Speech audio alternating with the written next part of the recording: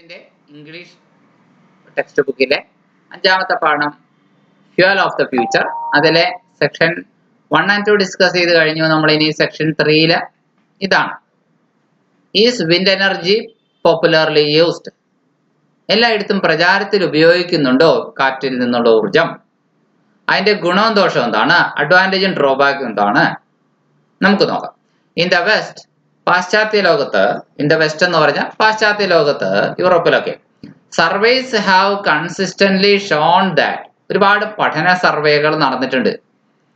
നിരന്തരമായ കൺസിസ്റ്റന്റ് ആയിട്ട് തുടർച്ചയായിട്ട് ഒരേ സ്വഭാവത്തിൽ ഒരു റിസൾട്ട് കാണിക്കുന്ന ഇതാണ്. അതായത് the public prefers wind and other renewable energy.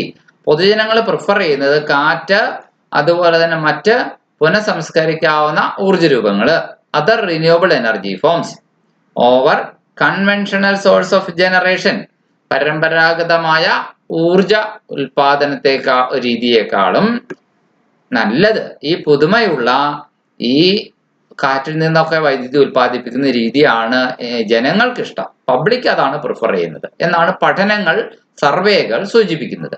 Wind energy is free, renewable and no matter how much is used today. സൗജന്യമായി പ്രകൃതി നൽകുന്നതാണ് കാറ്റ്. റിന്യൂവബിൾ ആണ്, ഒരിക്കലും ഉപയോഗിച്ചെന്ന് എഴുതി അത് പ്രപഞ്ചത്തിൽ തീർന്നു പോകുന്നില്ല, കാറ്റ് പിന്നെയും ഉണ്ടാവും. സോ അതുകൊണ്ട് no matter how much is used today, നമ്മൾ എത്രത്തോളം അളവില് ഇന്ന് ഉപയോഗിച്ചു എന്നതൊരു വിഷയമല്ല. മാറ്റർ എന്ന് പറഞ്ഞാൽ കാര്യം, വിഷയം. നോ മാറ്റർ എന്ന് പറഞ്ഞാൽ ഒരു വിഷയമല്ല, ഒരു കാര്യമല്ല. ഹൗ മച്ച്, എത്രത്തോളം അളവ്, എത്രത്തോളം ക്വാണ്ടിറ്റി എന്നതിനാണ് ഹൗ മച്ച്. എത്രത്തോളം എണ്ണം എന്നാണെങ്കിൽ എങ്ങനെ പറയും? How many. ഇവിടെ എണ്ണത്തെ കുറിച്ചല്ല അല്ലെ, കാറ്റൊക്കെ അളവാണല്ലോ നമ്മൾ പറയുക, എണ്ണം പറയാൻ പറ്റില്ല. അതുകൊണ്ട് how much is used today, നമ്മൾ ഇന്ന് എത്രത്തോളം കാറ്റ് ഉപയോഗിച്ചു എന്നതൊരു വിഷയമല്ല. There will still B the same supply in the future, ഭാവിയിലും അതേ അളവിൽ നമുക്ക് ഫ്യൂച്ചറിലും സപ്ലൈ ഉണ്ടാവും. So wind energy is also A source of clean non polluting electricity, ശുദ്ധമായ മാലിന്യങ്ങളില്ലാത്ത ഇലക്ട്രിസിറ്റിയും കൂടിയാണ് വിൻഡ് എനർജി എന്ന് പറയുന്നത്. അതിന്റെ ഒരു ഉറവിടമാണ്. അൺലൈക്ക് കൺവെൻഷണൽ പവർ പ്ലാന്റ്സ്, പരമ്പരാഗതമായ ഊർജ ഉറവിടങ്ങളിൽ നിന്നും വ്യത്യസ്തമായി wind plants emit no air pollutants. കാറ്റിൽ വിൻഡ് പ്ലാന്റുകൾ യാതൊരു തരത്തിലുള്ള എയർ പൊല്യൂട്ടന്റുകളെയും അഥവാ മലിനകാരികളെയും പുറപ്പെടുവിക്കുന്നില്ല എന്നുള്ളതാണ് പറഞ്ഞു വരുന്നത്. ഓർ ഗ്രീൻ ഹൗസ് ഗ്യാസസ്, അല്ലെങ്കിൽ ഹരിത ഗേഹവാതകങ്ങൾ, കാർബൺ ഡൈ ഓക്സൈഡും കാർബൺ മോണോക്സൈഡും ഒക്കെയാണ്. ഈ കാർബണിന്റെ ഒരു പ്രശ്നം അറിയാലോ, ഭൂമിയിലെ ചൂടിനെ ഭൂമിയിൽ തന്നെ പിടിച്ചു നിർത്തുന്നു. അത് ബഹിരാകാശത്തേക്ക് പോയി നഷ്ടപ്പെടാൻ അനുവദിക്കുന്നില്ല. ഭൂമിയുടെ അന്തരീക്ഷത്തിൽ ചൂട് കൂടാൻ അതൊരു കാരണമാണ്. അതുകൊണ്ട് ഗ്രീൻ ഹൗസ് ഗ്യാസ് ആയിട്ടാണ് കാർബൺ ഡൈ ഓക്സൈഡ് വർക്ക് ചെയ്യുന്നത്. ഹരിത ഗേഹവാതകങ്ങൾ എന്നാണ് അതുകൊണ്ട് ഇതിനെയൊക്കെ പൊതുവെ വിളിക്കുന്നത്. അപ്പോ മറ്റ് പരമ്പരാഗതമായ കൺവെൻഷണൽ പവർ പ്ലാന്റുകൾ എന്ന് പറഞ്ഞു കഴിഞ്ഞാൽ ഏതൊക്കെയാണ്? ഇപ്പോ പെട്രോള് കത്തിച്ച്, അല്ലെങ്കിൽ ഡീസൽ കത്തിച്ച്, അല്ലെങ്കിൽ കൽക്കരി കത്തിച്ച് ഒക്കെ ഇലക്ട്രിസിറ്റി ഉണ്ടാക്കിയാൽ അത് പഴയ രീതിയാണ്, പരമ്പരാഗത രീതിയാണ്. അവിടെയൊക്കെ എന്ത് കത്തിച്ചാലും ശരി, അവിടെയൊക്കെ കാർബൺ ഡൈ ഓക്സൈഡ് അഥവാ ഗ്രീൻ ഹൗസ് ഗ്യാസ് ഉണ്ടാകും. അത് പുറത്തേക്ക് പുറന്തള്ളും, എമിറ്റ് ചെയ്യും. എമിറ്റ് ചെയ്യുന്ന പ്രോസസ്സിനെ വരുന്ന എമിഷൻ. അപ്പൊ കാർബണിന്റെ എമിഷൻ ഒഴിവാക്കണം എന്നുള്ളതാണ് ലോകരാജ്യങ്ങളൊക്കെ ഇപ്പൊ തീരുമാനിച്ചിരിക്കുന്ന കാര്യം. കാർബൺ എമിഷനെ ഒഴിവാക്കാൻ പറ്റുന്ന ക്ലീനായ, ഫ്രീ ആയ, റിന്യൂവബിൾ ആയിട്ടുള്ള ഒരു സോഴ്സ് ആണ് വിൻഡ് എനർജി. ഓക്കെ, അപ്പം അതാണ് നമ്മൾ മനസ്സിലാക്കേണ്ടുന്ന ഒരു കാര്യം. അടുത്ത ഭാഗത്ത് പറയുന്നത് എന്താണെന്ന് നോക്കാം നമുക്ക്. അടുത്ത ഭാഗത്ത് പറയുന്നു,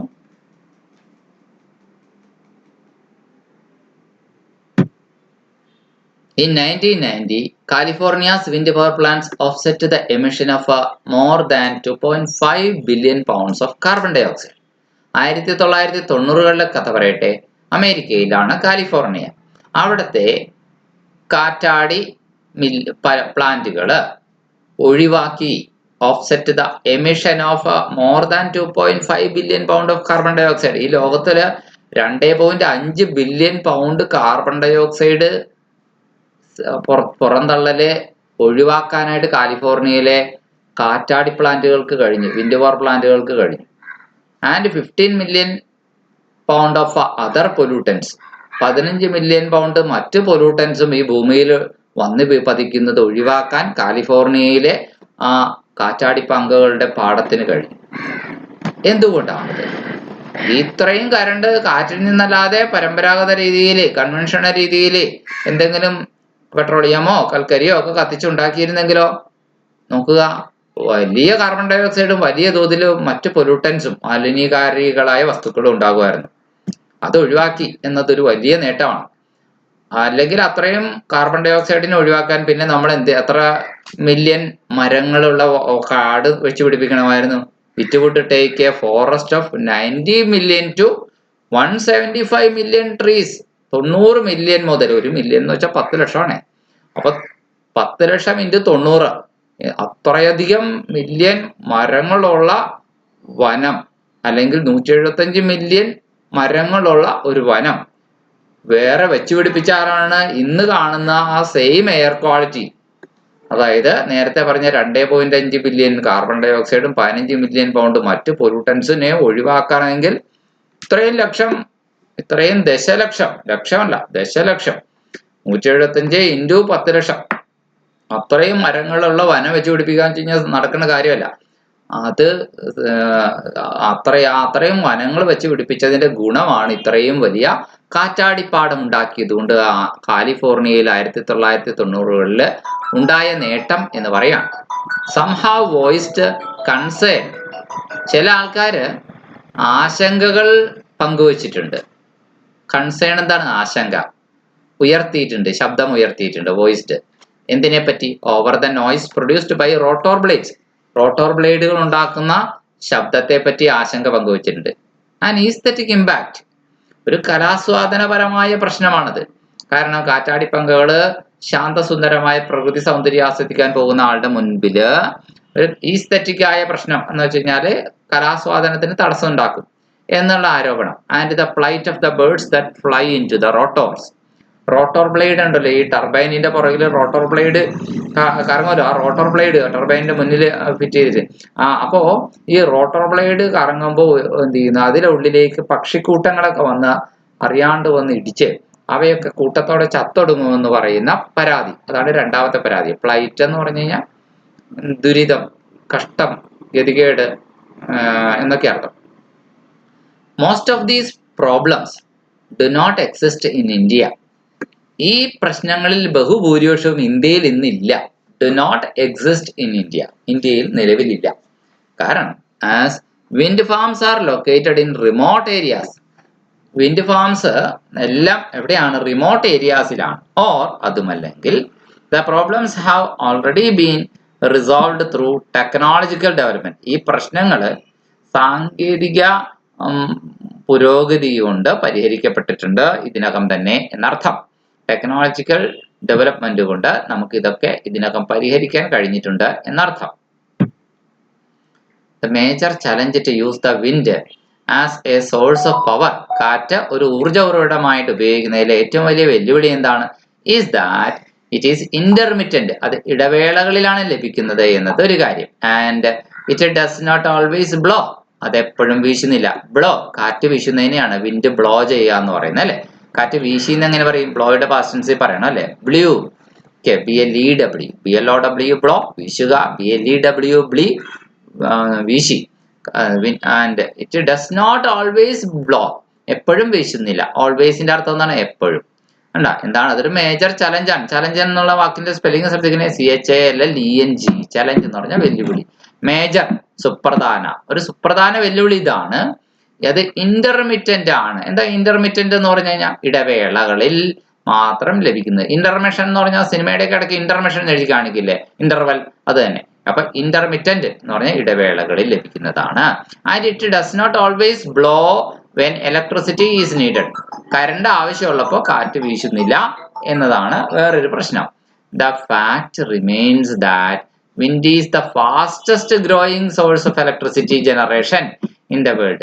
ഈ വസ്തുത നിലനിൽക്കുന്നത്, കാറ്റ് എന്ന് പറയുന്നത് ഇലക്ട്രിസിറ്റി ജനറേഷന്റെ അതിവേഗത്തിൽ വളർന്നുകൊണ്ടിരിക്കുന്ന ഫാസ്റ്റസ്റ്റ് ഗ്രോയിങ് ആയിട്ടുള്ള ഒരു സോഴ്സ് ആണ്. ആൻഡ് ഹൂ നോസ്, ആർക്കറിയാം, it might even B A lucrative career for many. ഭാവിയിൽ അത് ആകർഷകമായ ഒരു തൊഴിൽ ജീവിതത്തിന് വഴിയൊരുക്കില്ല എന്ന് ഭൂരിഭാഗം പേർക്കും. മെനി കരിയർ എന്ന് പറഞ്ഞാൽ അല്ലെ തൊഴിൽ ജീവിതമാണ് അല്ലെ. ലുക്രേറ്റീവ് എന്ന് പറഞ്ഞാൽ ലാഭകരമായ അല്ലെ ഒരു തൊഴിൽ. So producing great deal of profit എന്നാണ് ലുക്രേറ്റീവിന്റെ അർത്ഥം കേട്ടോ. ഇനി say whether the following statements are true or false, ശരിയോ തെറ്റോ എന്ന് പറയുക. എന്താണ്? ഒന്ന്, people prefer conventional source of energy to wind energy. കാറ്റിന്റെ ഊർജത്തെക്കാളും പഴയ രൂപത്തിലുള്ള ഉറവിടങ്ങളെയാണ്, ഊർജോൽപാദന ഉറവിടങ്ങളെയാണ് ആളുകൾ പ്രിഫർ ചെയ്യുന്നത്. തെറ്റല്ലേ? ആളുകൾ അതല്ല പ്രിഫർ ചെയ്യുന്നത്. ക്ലീൻ എനർജി ഉണ്ടെങ്കിൽ അത്രയും നല്ലത്, അതാണ് ആളുകൾ പ്രിഫർ ചെയ്യുന്നത്. ഇനി there are many sources of renewable energy. ഈ പുനഃസംസ്കരിക്കാൻ കഴിയുന്ന ഊർജം അതിന്റെ പല ഉറവിടങ്ങളുണ്ട്. അത് ഏതൊക്കെയാ? Sun, solar energy, wind, tide, തിരമാല, വാട്ടർ, ഹൈഡ്രോ ഇലക്ട്രിസിറ്റി, ഡാമുകളിൽ നിന്ന് വെള്ളം വീണിട്ട് ടർബൈൻ കറങ്ങി കറണ്ട് ഉണ്ടാക്കുന്നത്. കേരളത്തിലൊക്കെ ഏറ്റവും കൂടുതൽ അതാ ബയോഗ്യാസ്, അതായത് എന്താണ് ജൈവവാതകം കത്തിച്ചിട്ട് അതും പൂർണ്ണമായും കത്തുന്നത് കൊണ്ട് കാർബൺ ഡൈ ഓക്സൈഡ് ഒന്നും അധികം ഉണ്ടാവുന്നില്ല. ഇതൊക്കെയാണ്. We have reason to be proud of being the world's 5th largest producer of wind energy. ലോകത്തിലെ 5ാമത്തെ സ്ഥാനമാണ് നമുക്ക് വിൻഡ് എനർജി ഉൽപ്പാദിപ്പിക്കുന്നതിൽ. ഇനി നമുക്ക് കംപ്ലീറ്റ് ദ സെന്റൻസ് എന്ന് പറഞ്ഞ് ഈ പാഠവുമായി ബന്ധപ്പെട്ട് ചില കാര്യങ്ങൾ ടെക്സ്റ്റിൽ നൽകിയിരിക്കുന്നത്. The passage is about A dash of energy of the future, A source of energy of the future. ഭാവിയിലെ ഇന്ധനം എവിടെ നിന്ന് സംഘടിപ്പിക്കാം എന്നുള്ളതിന്റെ ഒരു ഉറവിടത്തെ കുറിച്ചാണ് ഈ പാസേജ് ചർച്ച ചെയ്യുന്നത്. A great deal of importance is given today to dash non-polluting energy. Clean non-polluting energyയെ കുറിച്ച് വലിയ പ്രാധാന്യമാണ് ഇന്നത്തെ ലോകം കൊടുക്കുന്നത്. മൂന്നാമത്, some of the alternative sources of clean non-polluting energy are, ശുദ്ധമായ മാലിന്യമില്ലാത്ത ഊർജ്ജ രൂപങ്ങളുടെ ചില ഉദാഹരണങ്ങളാണ് the sun, the wind, the tide, the water and biogas. അടുത്തത്, wind energy is the process by which wind is used to generate electricity. കാറ്റ് ഉപയോഗിച്ച് current ഉണ്ടാക്കുന്ന process ആണ് wind energy. അടുത്തത്, wind turbines are used to convert wind energy into mechanical power. അപ്പൊ wind dash are എന്നുള്ളത് wind turbines are used to convert wind energy. കാറ്റിന്റെ ഊർജ്ജത്തെ machine കറങ്ങുന്ന എനർജിയാക്കി മാറ്റുന്ന സഹായിക്കുന്ന ഉപകരണം ഏതാണ്? Wind turbine. Subsequently, a generator is used to convert the mechanical power into electricity. അങ്ങനെ ടർബൈന് മെക്കാനിക്കൽ പവർ ഉണ്ടാക്കിയാൽ പിന്നെ ഒരു മെഷീൻ ഉപയോഗിച്ച്, ജനറേറ്റർ എന്ന യന്ത്രം ഉപയോഗിച്ച്, അതിനെ തുടർന്ന് സബ്സിക്വന്റ്ലി എന്ന് പറഞ്ഞാൽ അതിനെ തുടർന്ന് a generator is used to convert the mechanical power into electricity. ഒരു ജനറേറ്റർ ഉപയോഗിച്ചിട്ട് മെക്കാനിക്കൽ പവർ ഇലക്ട്രിസിറ്റി ആക്കാൻ കഴിയും. ചോദ്യം, when and where was wind energy first used? എപ്പോ എവിടെയാണ് ആദ്യമായിട്ട് വിൻഡ് എനർജി ഉപയോഗിച്ചത്? In Egypt in 5000 BC. എന്തിന്? To propel boats along the Nile. Nile നദിയിലൂടെ ബോട്ടുകളെ മുന്നോട്ട് ചലിപ്പിക്കുന്നതിന് പ്രൊപ്പൽ, മുന്നോട്ട് ചലിപ്പിക്കുക. ചോദ്യം, name the European countries that use wind energy. Wind energy ഉപയോഗിച്ച മറ്റ് യൂറോപ്യൻ രാജ്യങ്ങൾ ഏതൊക്കെയാണ്? Netherlands and Denmark. മറ്റൊരു ചോദ്യം, when and what purpose were windmills used in America? അമേരിക്കയിൽ എപ്പോ എന്തിനു വേണ്ടിയാണ് വിൻഡ് മിൽ ഉപയോഗിച്ചത്? 19th century American west water ഫാംസിൽ നിന്നും ബ്രാഞ്ചസിൽ നിന്നൊക്കെ പമ്പ് ചെയ്യാൻ വേണ്ടിയിട്ടാണ് ഉപയോഗിച്ചത്. അടുത്ത ചോദ്യം, name the first Indian state that used wind energy. Tamil Nadu ആണെന്ന് നമ്മൾ പഠിച്ചു.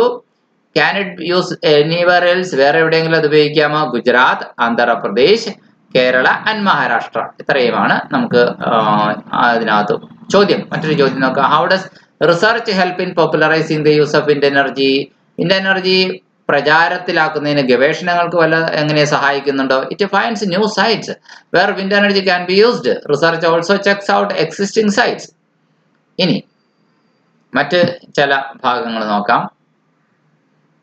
ട്രൂ ഓർ ഫോൾസ് ആണ്. ട്രൂ ഓർ ഫോൾസിൽ ഇങ്ങനെയാണ് പറഞ്ഞിരിക്കുന്നത്.